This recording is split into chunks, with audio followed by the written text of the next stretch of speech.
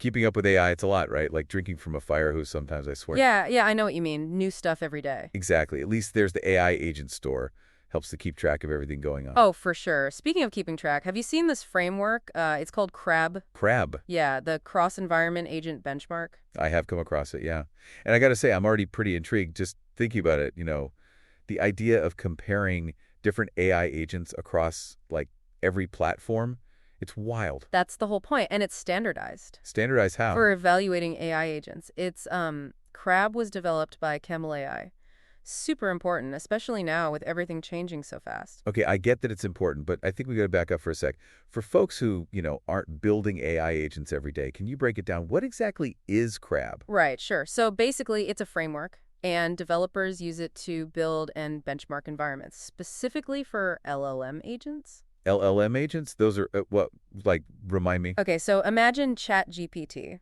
But it's not just about chatting, it's more adaptable. Oh, I see. So they can actually do stuff. Yeah, yeah. Perform tasks, learn from experience, interact with all sorts of systems. That's cool. I'm starting to get the picture. But, I mean, are there other tools out there for this kind of thing? There are, but the thing about Crab is it's really focused on cross-platform evaluation. You can test those LLM agents in, well, pretty much anything. Virtual simulations, real-world setups, even those big distributed systems. It's pretty unique. So if you were, let's say, building an AI agent to, I don't know, manage some super complicated workflow, Right? and this workflow involved different software, maybe even like physical hardware crap could help you test that before you even launch it. You got it. That's a huge advantage, especially with how integrated AI is becoming in just about everything. You mentioned standardized evaluation before. What makes that so important? Think about it. It cuts through all the noise. The noise. All the subjective opinions, the marketing hype, all that. With Crab, you get a more objective way to see how agents actually perform. So you can compare apples to apples. Yeah, exactly. Like imagine standardized tests, but for AI agents. This is starting to make a lot more sense now. Sounds like Crab could really shake things up. It could. Before we get too carried away, though, I was looking at the source material, and there's this one detail I'm curious about. It mentions Crab using a draft-based evaluation method. What does that even mean? I mean, I've dabbled with AI stuff, but that sounds kind of complex. It's actually really smart. So instead of just a pass or fail grade, Crab uses graphs to show you visually how an agent tackles each step. Oh, so you can really see the process. Exactly. So you can spot strengths, weaknesses, get granular with it. So it's not just about, like, did the agent complete the task? It's how it got there. Yeah, that's insightful, especially for researchers. I bet. I mean, it's making me rethink things. Yeah. Like, it's not just about building a model to hit a certain score. It's understanding the whole journey, the decision-making, all of it. Absolutely. And Crab gives you the tools to do that, to move beyond the black box and really get into how these agents think. That's powerful stuff. So we've got this powerful tool for evaluating AI agents, for making them better. But what can they actually do? I mean, with this 83% autonomy level mentioned in the source material. That's a great question. So basically, it means these agents can function pretty independently. They can break down complex tasks, figure out the steps, and do a lot without humans constantly, stepping in. Okay, so not quite running businesses or composing symphonies yet. But they can handle specific tasks with a good amount of freedom. That's a good way to put it. It's early days, but that 83%, that's a big step towards AI handling those complex processes, multi-step things. So we've got a handle on what Crab is, what makes it stand out, but how does it stack up against the rest of the AI world? What's out there that it's like competing with? Oh, there's a ton out there. It's a really competitive space right now. You've got platforms like Synthesia, for example. They do a lot with building and deploying these AI agents. Yeah, I know Synthesia. They're doing some cool stuff, especially with AI video. How does Crab compare to, like, Synthesia? What are the differences? Well, Synthesia is more about, the creative side of AI, making those videos, making them realistic, getting people engaged. Crab is different. It's all about evaluating these LLM agents, benchmarking their performance, and doing that across different environments. The different focuses. Exactly. Synthesia is more about communication, the creative applications. Crab is about making sure those agents can actually do the job, that they're reliable, robust, that they can handle those really complex tasks. Makes sense. But within that niche, within what Crab does, are there things it does better? Advantages over other tools? Oh, for sure. One of the biggest things is that it's open source. Open source. So anyone can access the code. Yep. Contribute to it, adapt it to what they need. It's a big draw for developers, researchers, really anyone working in this space. I can see that. More collaboration, more innovation, right? Absolutely. Keeps the whole framework evolving. And then there's the standardized evaluation. Right, you talked about that before. It's like a level playing field for comparing these different agents. That's it. And that builds trust, confidence. If we're going to rely on these agents, we need to know how to measure them, compare them objectively.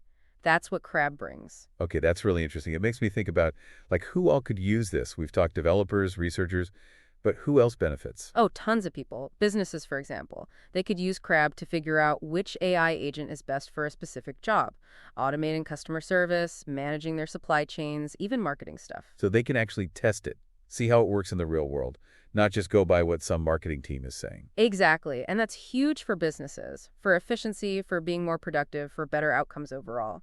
But it's not just businesses either. Where else then? Healthcare, for instance. Imagine using CRAB to evaluate agents designed to help with diagnoses, to personalize treatments, even to monitor patients remotely. Wow, that could really change things in healthcare. What about education? Research? Absolutely. In education, you could use it to develop agents that personalize how students learn, give them feedback on their work, even automate some of the administrative tasks. And in research, well, think about agents that could help with analyzing data, designing experiments, maybe even help make scientific discoveries. It's almost like AI agents are going to be everywhere doing everything, It's exciting, maybe a little daunting too, right? But that's where CRAB comes in. It helps us make this transition responsibly by making sure these agents are developed right, evaluated rigorously, and that it's all transparent. Okay, so we've covered a lot of ground here, the technical stuff, the applications, everything. But for the average person, someone who's not a developer or researcher, why should they care about all this, about CRAB, about AI agents in general? That's a great question, and it's one we should all be asking ourselves, because even if you're not building AI, it's going to affect you. Big time, whether you realize it or not. I get that. It's easy to think of this stuff as like happening somewhere else, in some lab far removed from our everyday lives. But it's not. AI agents are already in so much of what we use every day. The recommendations you get on streaming services, the fraud detection that keeps your bank account safe, it's all AI. And as they get more sophisticated, more integrated, that impact is only going to increase, right? Exactly. So it's more important than ever to understand the basics, the good, the bad, how tools like CRAB are shaping it all. It's like AI literacy. For being a good citizen in this new world, we can't just let it happen to us. I totally agree. And tools like CRAB, they can empower us, because they're transparent, they're open source. It lets us be part of shaping this future. So what would you say is the main takeaway here? For people listening, what should they be thinking about after this? I think the biggest thing is this. AI isn't some far-off thing anymore. It's here. It's changing fast. And it's going to have a huge impact on all of us. And tools like CRAB are giving us a way to do it right, to make sure these technologies are used ethically, to benefit everyone. That's it, exactly. About being curious, sure, but also being a little skeptical and being committed to making sure this technology is used for good, for all of humanity. It really does feel like we're on the edge of something huge. With AI, we've got these tools like CRAB, pushing the limits of what AI agents can do. But at the same time, there are these massive questions about how to make sure it's all, done responsibly. For sure. It's exciting, no doubt. But we got to be cautious, too. I mean, we've seen how AI can be used to solve tough problems, to create all these incredible new things. But we've also seen the flip side, how it can be, misused or even just have unintended consequences. That makes me think about what we were discussing earlier, about these AI agents becoming more autonomous.